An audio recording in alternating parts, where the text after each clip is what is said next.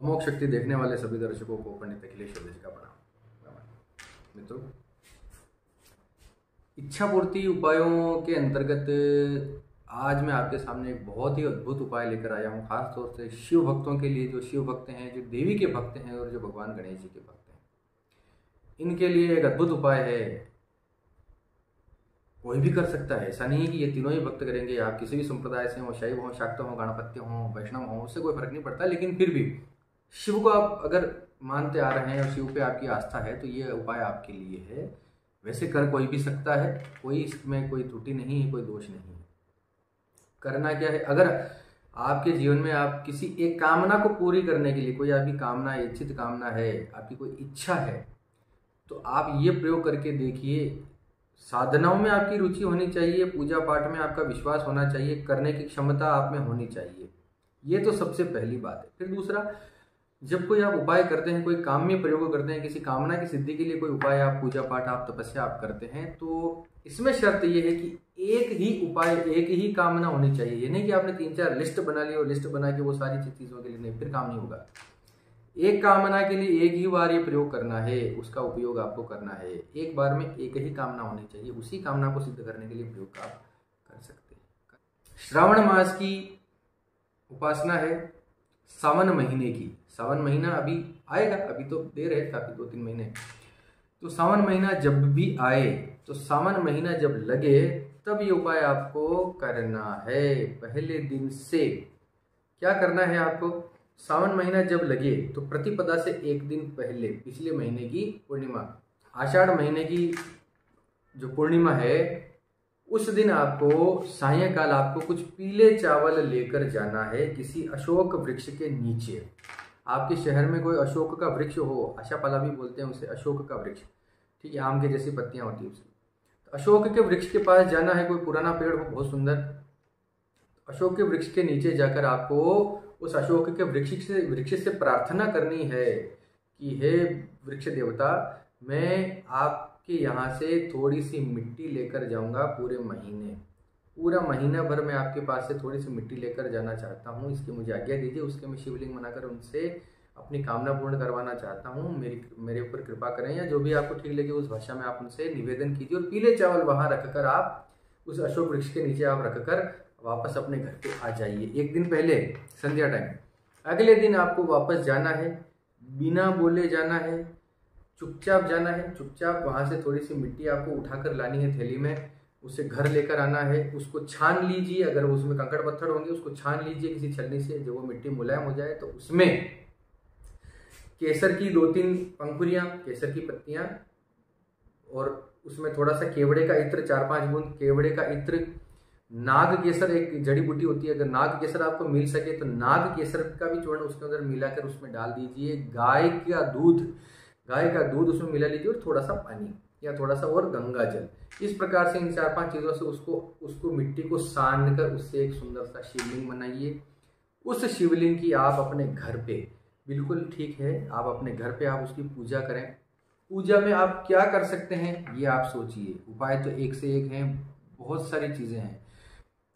पूजा में सामान्य क्या होता है, उसमें जल चढ़ाना। अब गीली मिट्टी का शिवलिंग है तो उस पर हाथों हाथ आप जल नहीं चढ़ा सकते, तो दूर्वा की ऐसा छोटा सा इतना सा झाड़ू बनाकर दूर्वा से उसके ऊपर छिड़क सकते हैं कि ये स्नानम समर्पयामि, स्नान करवा सकते हैं। वो शिवलिंग ही है, स्वयं शिवलिंग है, ये बात आप मान के चलिए। और ये सब नहीं रहा, एक बात मैं थोड़ा भूल गया, मैं वापस बता, जब आप मिट्टी लेने जाते हैं और जब वापस आते हैं और सारा काम ये करते हैं, तो उस पूरी प्रक्रिया के दौरान आपको शिव पंचाक्षर मंत्र का जाप आपको निरंतर करते रहना है। शिव पंचाक्षर मंत्र यानी भगवान शिव की 5 अक्षरों का मंत्र जो सबसे फेमस है इस पूरी दुनिया में, ओम नमः शिवाय। ओम नमः शिवाय आपको जपते जाना है और ये सारा काम आपको करते जाना है। भगवान से अब आप प्रार्थना करें शिवलिंग बनाते समय कि हे प्रभु, मैं आपको बना रहा हूँ, मेरे पे कृपा करें, मेरी ये इच्छा पूरी करें, मैं इस अमुक कामना के लिए मैं पूरे श्रावण मास आपकी इस प्रकार से आराधना करूंगा। तो एक मिट्टी का शिवलिंग आपको उससे बनाना है, चंदन का लेप लगाना है, चंदन का टीका लगाना है, स्नान करवाना है, लच्छा मोली कुछ हो तो उससे आप वस्त्र अर्पित कर सकते हैं। भगवान को आप प्रसाद चढ़ा सकते हैं। पुष्प सफेद मदार के पुष्प हो तो बहुत सुंदर प्रसाद के रूप में आप कोई भी सफेद मिठाई आप चढ़ा सकते हैं, अपने घर में बना सकें तो बहुत अच्छा। इस प्रकार से आप भगवान की पूजा कीजिए और उनसे अपने इच्छित काम्य कर्म की आप प्रार्थना कीजिए। अब आपको क्या करना है, शाम को फिर वापस उस शिवलिंग की आपको आरती भी उतारनी है। ये सारा करने के बाद सुबह तो आरती करनी है, संध्या टाइम भी, शाम के वक्त भी उसी शिवलिंग की आपको आरती उतारनी है। सब काम आप अपने घर के मंदिर में आप बैठ के कर सकते हैं। शाम के समय भी उसकी आरती उतारनी है आपको। अगले दिन अब आप उस शिवलिंग से प्रार्थना करें कि हे प्रभु, आपको जो मैं यहाँ पर लेकर आया था, अब आप वापस अपने धाम को पधारिए और आप मेरे हृदय में विराजते हुए आप अपने धाम को पधारिए। इतना कहकर सफेद चावल आप उस शिवलिंग पर छोड़ दीजिए। अर्थात इसका मतलब ये हुआ कि उसको जो है डी एनर्जाइज्ड करना हो गया उस मूर्ति को, क्योंकि अब उस मूर्ति को विसर्जित करना पड़ेगा। तो अभी तो भगवान है ना उसके अंदर, हमने भगवान बनाए थे, उसके अंदर पूजा की थी भगवान शिव की, तो उनको वापस उस तत्व को उससे अलग हटाना पड़ेगा, तब वो सिर्फ एक मामूली शिवलिंग रह जाएगा। अब आप उसको किसी थैली में आप जमा करते जाइए। इस प्रकार से आपको ये सारी क्रिया पूरे 30 दिन, पूरे श्रावण महीने आपको निरंतर एक शिवलिंग ऐसे इस प्रकार से लाकर बनाना है। ओम नमः शिवाय जपते जाना है, उसकी पूजा करनी है, शाम को आरती करनी है, अगले दिन उसका विसर्जन करना है, मनी मन चावल अर्पित करते हुए कि आप अपने धाम को पधारो भगवान, आप सूक्ष्म रूप में आप यहीं विराजित रहिए। तो इस प्रकार पूरे महीना भर आपको करना है। ओम नमः शिवाय बोलते हुए उस वृक्ष के नीचे जाना है, वहां से मिट्टी उठानी है, आपको चुपचाप मौन रहना है, पीछे मुड़कर नहीं देखना है, घर पे आना है, शिवलिंग बनाना है, शिवलिंग की पूजा करनी है। और उस पर एक बात मैं और भूल गया, देखिए बिल्व पत्र चढ़ाना है। उस पर बिल्व पत्र जो होते हैं, बिल्व पत्र आप उसके ऊपर जरूर चढ़ाइए। 1 हो, 5 हो, 3 हो, संख्यात्मक हो।